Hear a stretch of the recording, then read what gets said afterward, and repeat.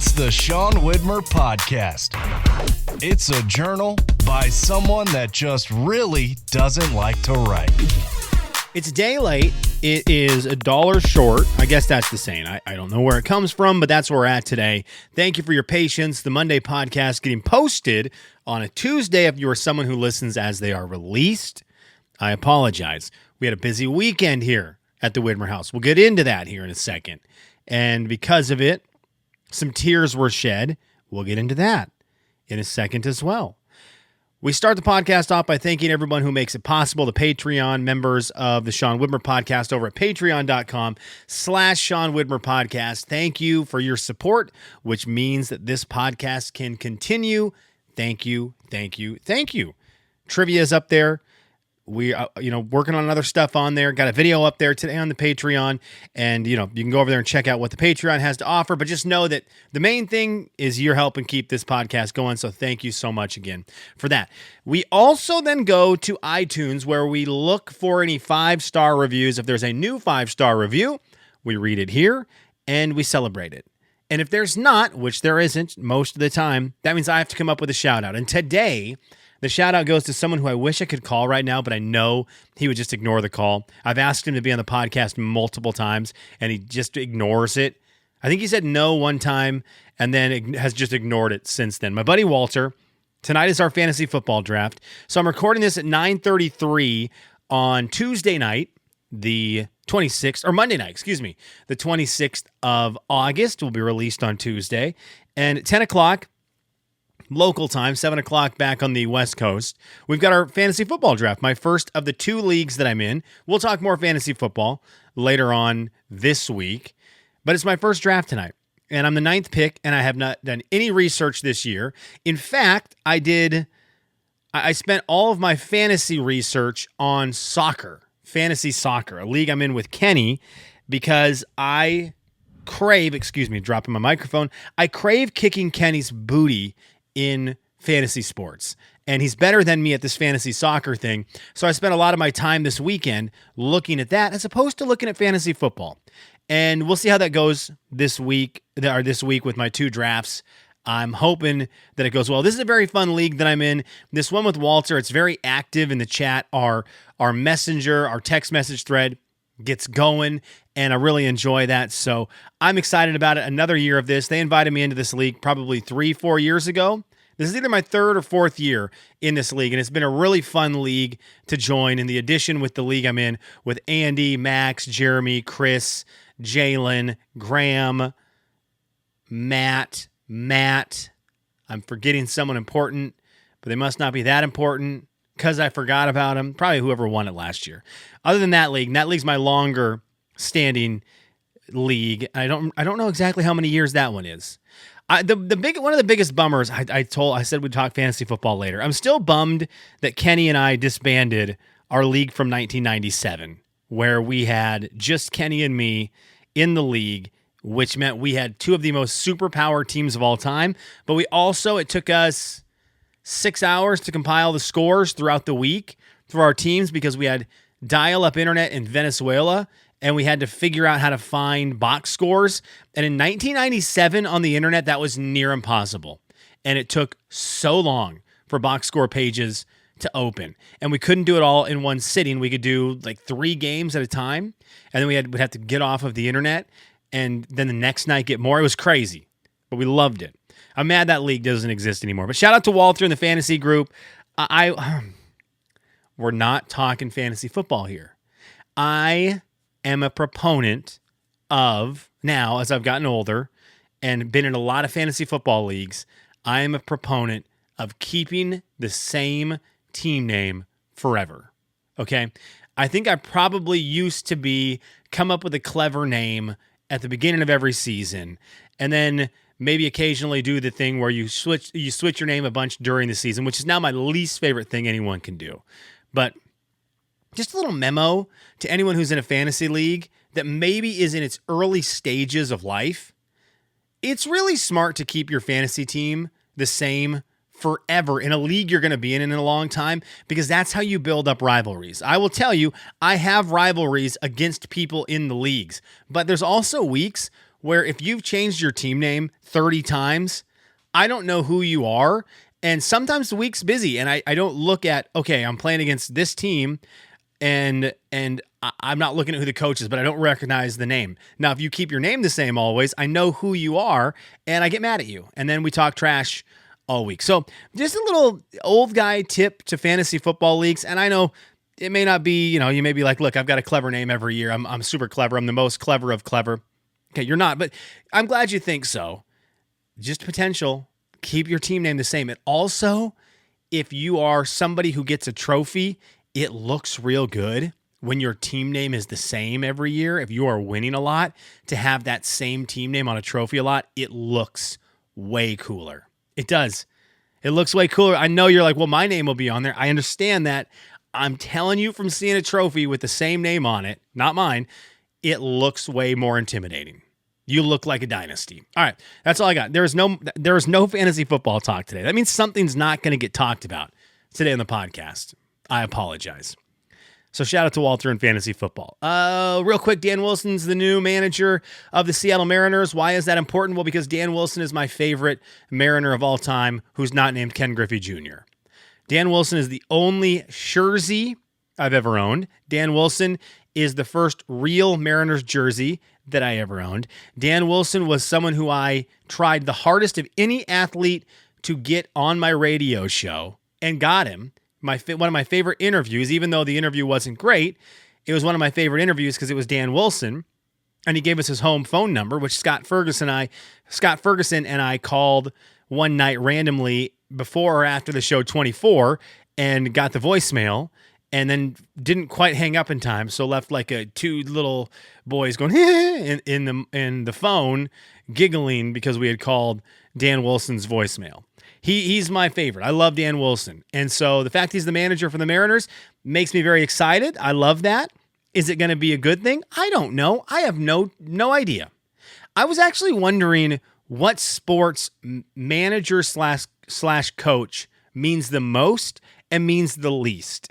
And I'm not quite sure exactly what I think of it yet because I haven't talked to the sports minds that I need to talk to. But my knee-jerk reaction is that an NFL coach is the most important.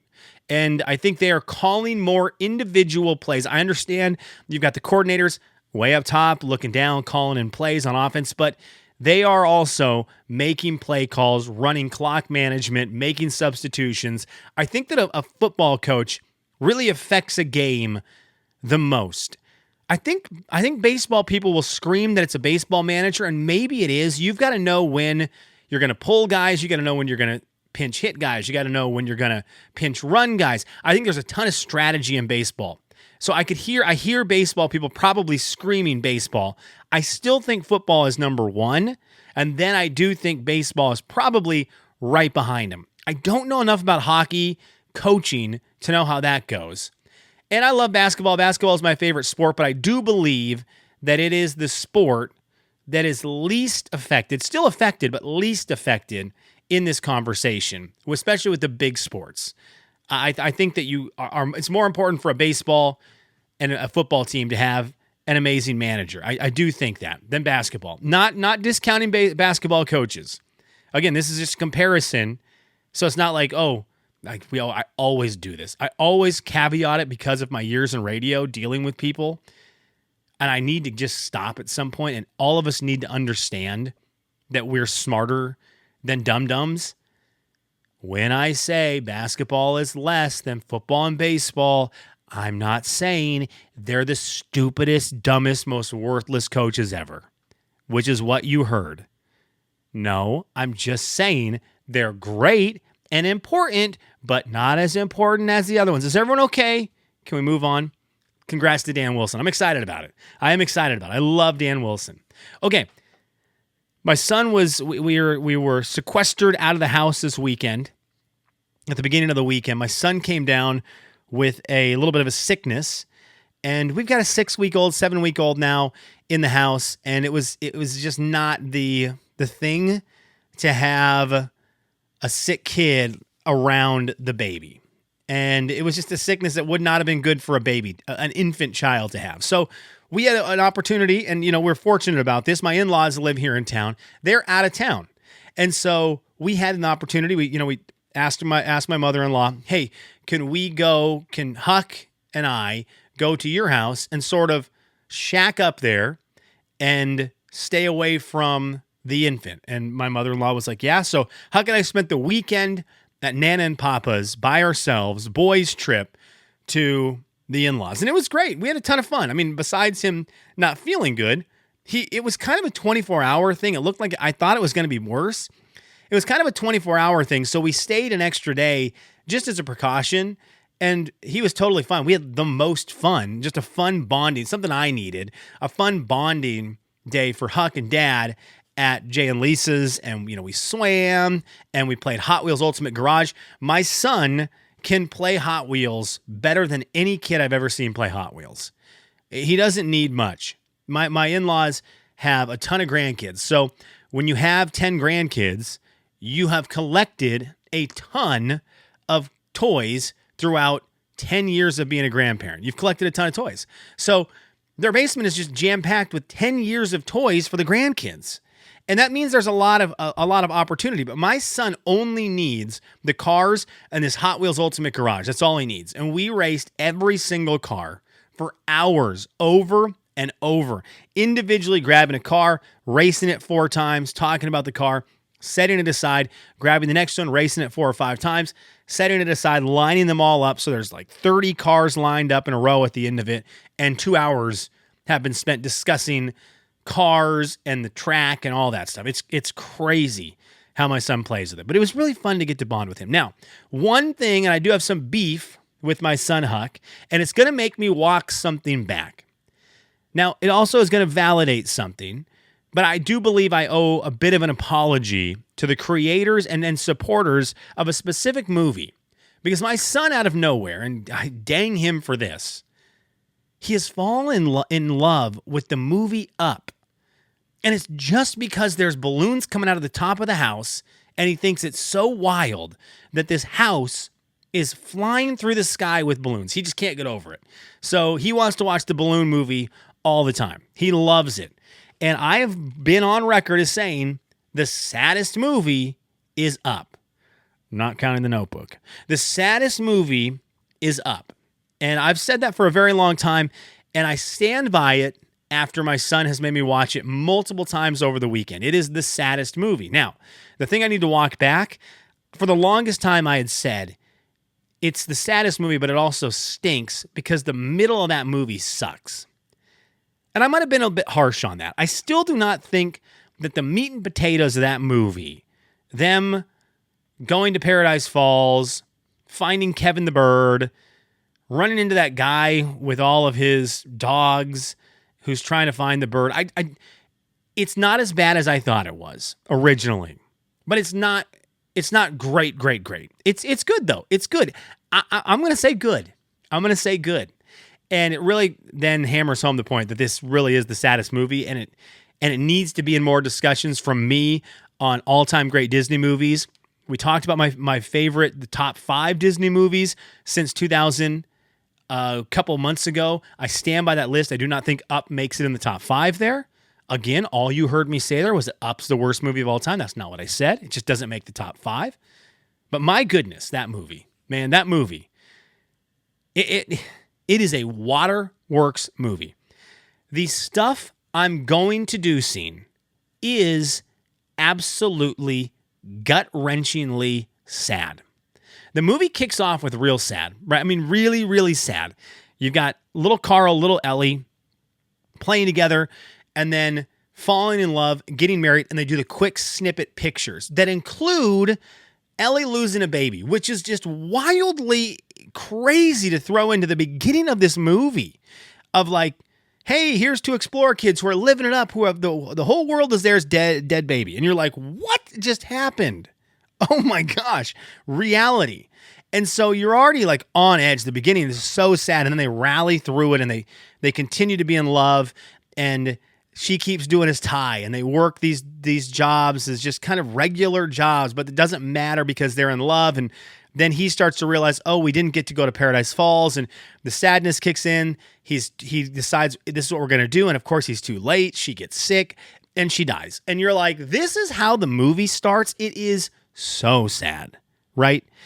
And that culminates later in the movie with, as sad as that beginning part is, I do think this next part is sadder when he opens that dang book and realizes that she has filled out the rest of it. I mean, and I'm sorry, but what the hell, Disney? What are we doing? Are you kidding me?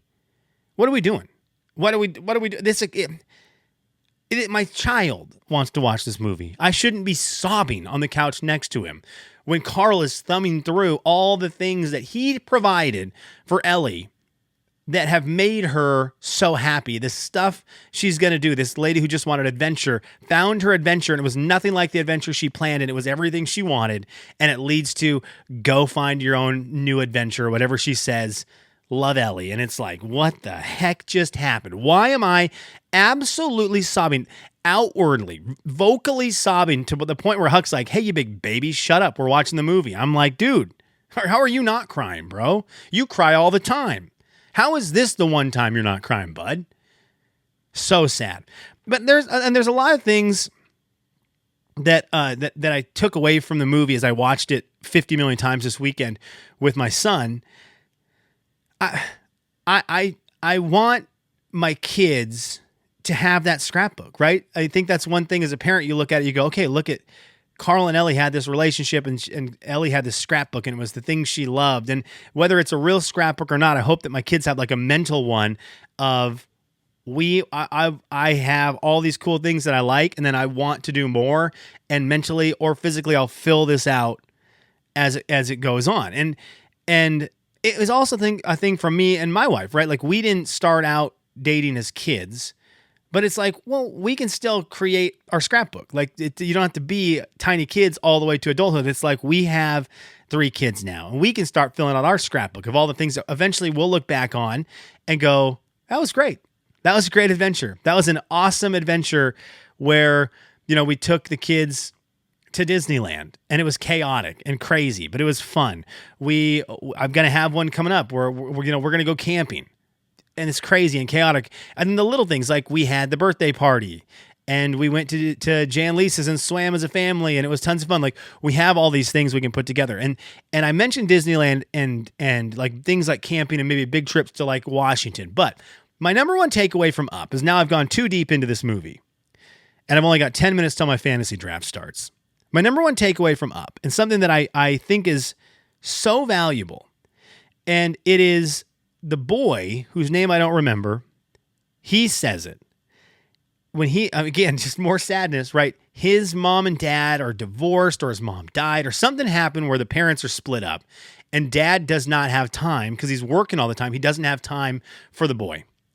And what's his name? Rudolph? What the heck's that kid's name? Sorry, I'm going to miss my fantasy draft. What's the Up kid's name? Up kid's name. His name is Russell. Close, Rudolph. So Russell is telling Carl about this, and he's telling about how he remembers the dad showing up to a couple of the events early on, and afterwards they would sit on the curb. And I think they would eat ice cream. I think that's what he said. They'd eat ice cream or whatever. And he says, I loved that curb. And then he says, I think one of the greatest lines of any Disney movie that as I look at all of them. And he says, I want to remember it exactly, but it's like, I know it sounds boring, but I remember the boring stuff. Oh, man. That's a line of lines. And it is so true. And I think I needed to hear it, where you remember the boring stuff. And you set up all these things in life, right? Like, where you're trying to stay busy and you're trying to blow your kids' minds, or you're trying to do these big things and make these long-lasting memories. And then really, when you look back on life, you do remember some of the big trips and stuff, but you remember the boring stuff. We all remember the boring stuff, the day-to-day stuff, the stuff that makes it special, because it's kind of easy to have things be special when they're big and huge and all that. But it's really cool when the boring stuff is special and fun. And so I love that line. I remember and it's just, it hits home. I remember the boring stuff. Anyways, Up, What happened to this podcast tonight? Huck, this is on you. Up is a good movie. Saddest movie. And Russell gets some credit. He pulls that in there, adds some sadness that I hadn't really realized was sprinkled into that movie. Where mainly I was focused on the Carl Ellie stuff and that book being open late. Oh my gosh. But the Russell stuff with his family and the I Remember the Boring stuff, it's right there with it. Kelly's, what are you into? All right, I got to wrap the podcast up. I've got 8 minutes till my draft. Rings of Power. I'm going to do it. I'm going to get into it. I talked to just enough people about it. Still hearing some negative about Rings of Power, the Lord of the Rings show on Amazon Prime. Still hearing some negative stuff about it. But overall, I've heard decent to good, okay?